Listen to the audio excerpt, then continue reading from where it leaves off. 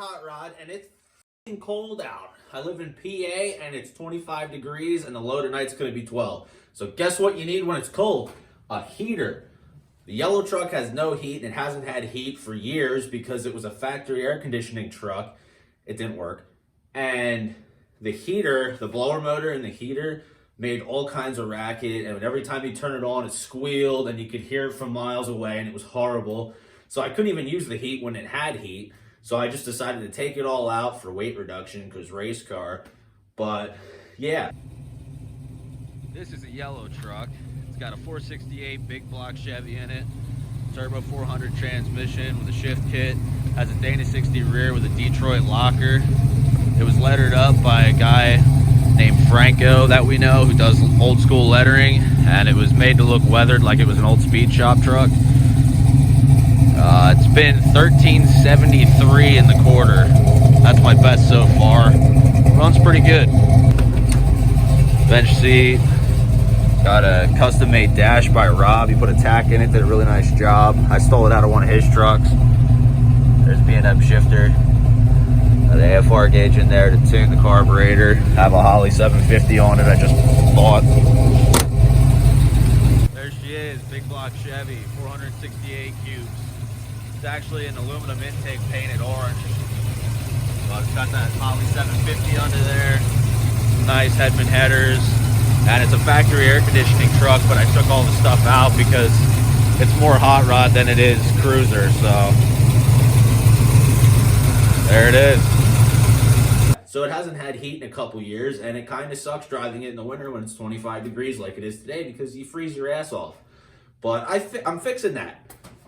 Here it is. It's a Summit automotive heater. It uses engine coolant, and it circulates through a heater core just like a regular factory heater. And it has a little rotary fan in it. It's a compact unit, as you can see. And I think it's the best bet. It's 28,000 BTU, I believe. So that sounds like a good number. I don't know. I don't know what BTU means. And I know it's some source of heat. But I have a kerosene heater over there, and that's 100 to 125,000 BTU.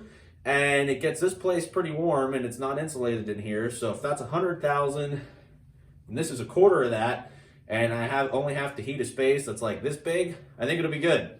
So let's check this out. So when you open up the box, that's what you're looking at. You get this. Here's the mounting brackets, some wiring, some relay connector bolts and things and stuff. So it has two 3-inch outlets on it, which I'll turn this over here. There's your heater core. So this bad boy goes on like that, I assume. And it actually has the little knobby, whatever you want to call it, for the ducting to slide over. What I'm going to do is I'm going to get two pieces of ducting. One I'm just going to run down to the floor, and the other one I'm going to run up to the defroster vent. So I'm going to run one off of here and then wire it into the two defroster vents so I have a defroster, because when you don't have heat in your truck and you want to breathe, you can't do it out of your mouth because all the windows will fog up and you have to have a rag on the dash. So this should solve that problem. But it's nice. It's pretty small. As you can see, my hand, the unit, not big. But, yep, your heater hoses connect there. There's the fan in there. And I guess that's where the fresh air goes in, you know, whatever. It's actually a marine heater, as you can see here. Country of origin is China, obviously, because the USA can't make anything anymore. But it is assembled in the USA, so that's good. That's a plus.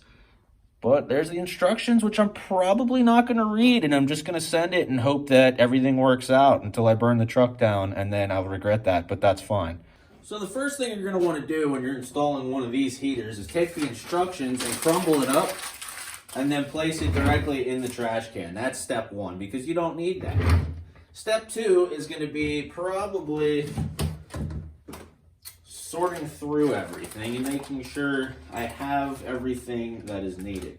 Now this fan comes with a rotary switch, which I'll get out of this bag in a second here. Just hang tight. I don't know if it's just me, but like every time I try and open anything, whether it be a bag, a box, an envelope, or anything at all, I destroy it and it turns into like 47,000 pieces, and it's the most inconvenient thing ever. But I started carrying a knife around now, so that should help that out a little bit. Handy dandy knife. So So there's that junk. As you can see, here's the rotary switch. And you got a fancy plate here that says air, off, low, medium, and high for when you're really cold. There's your knobby. Has a nice little indicator on it. Looks pretty cool. I don't know if you can see that. I'll probably zoom into it or something, but there you go. Nice mounting bracket. Look at that. Quality. And some connectors. I think they might even be heat shrink connectors. That'd be cool. And in this bag, you got your hardware to mount the heater and the brackets to the heater and the heater to the truck. So now I got to figure out where I want to mount it. So I got the front cover bolted on and everything. And this is basically what I'm working with. I don't have the factory heater box. Like I said, I took it out. So should be good. I have plenty of room to mount this any which way I want.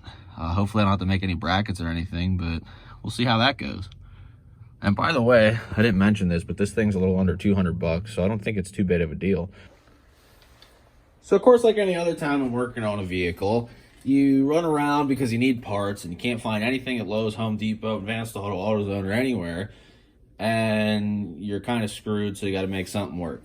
So this is the grommet that I need to run the heater hoses through my block-off plate I put where the heater was.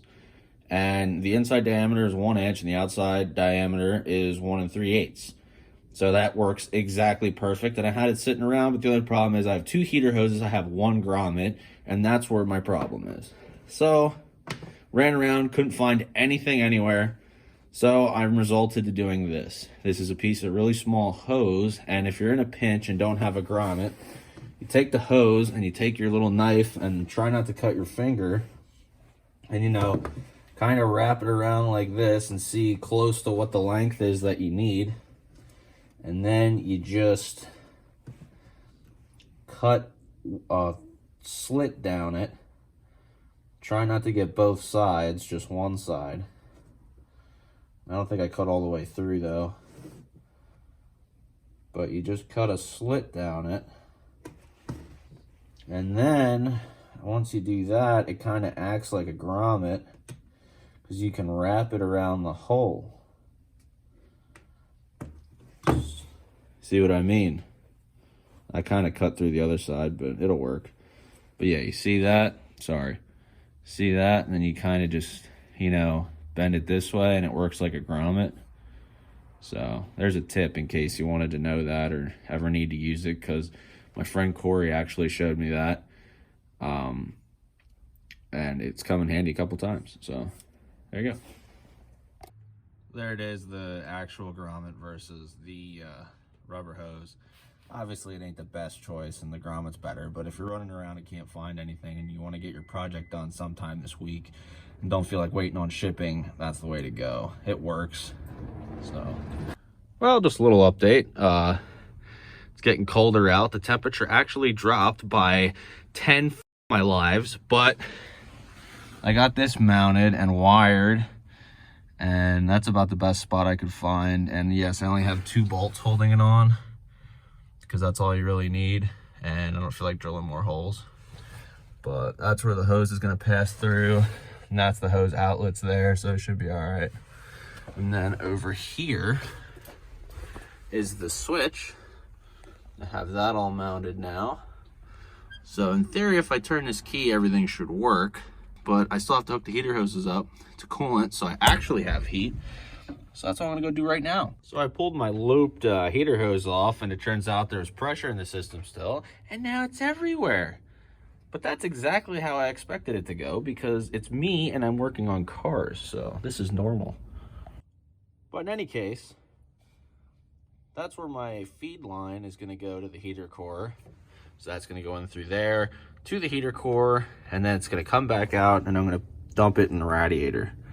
And I could dump it over here, but then I'm gonna have a hose run across the engine bay, and it's gonna look dumb, where I can just run these over the, you know, inner fender, one there, and then one straight into this. It'll look a lot nicer and neater. So do that way. I got the heater hoses in now. I think it looks pretty good, neat and tidy. And then, you know, when you're actually not in the truck, you hardly well, in the truck, but not under the dash. You hardly even notice it, but I like it. Hopefully it don't leak. All right, so here it is on the outside of the firewall. Tried to run it as nice as possible. Now, I'm just gonna fill it with coolant, because, yeah, and should be good. See if it actually works, and clean the motor up because I have coolant all over it. But then we'll see if it works. Well, it's running, and it does work. I don't know if you can hear it over the exhaust.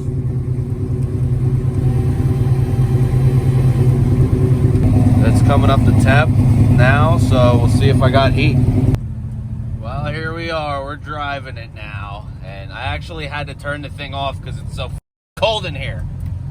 That's right, cold, because it doesn't work. I think I don't know. I don't know what I did wrong. I did something wrong, I think. But see, I have the one side coming from the water pump through the heater, and then it dumps in the radiator, which I thought was okay, but maybe it's not. Maybe it has to go to the intake. And in that case, I don't have a plug for the radiator, so that's not happening. And maybe there's no coolant running to the inside. I don't really know. So disappointed though, because it's freaking cold and I was really expecting heat. All right, so I figured it out. It didn't have heat because I had the return line going to the radiator, which apparently doesn't work for some reason. I don't really understand why, but it don't. So after searching far and wide, I found this fitting setup that goes and works to the intake, and there it is, and it doesn't leak, thankfully, at least yet. But it has heat and it works great. It's very warm, and even on low, I'm basically having the window down because it's so warm. So can't ask for better than that. I think it's a great product, and hopefully it lasts a while. So that's that. I got the heater in the truck, and now finally, after a couple years, I'll actually be warm when I drive and not shiver me fucking timbers the whole time.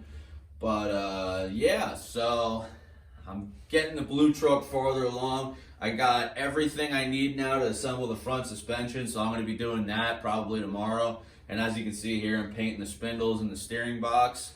But should have that, at least the front end, rolling and steering real shortly, hopefully tomorrow. So if you like these videos and you want to subscribe, that'd be cool. And if you want to like it too, that'd also be cool. See you next time.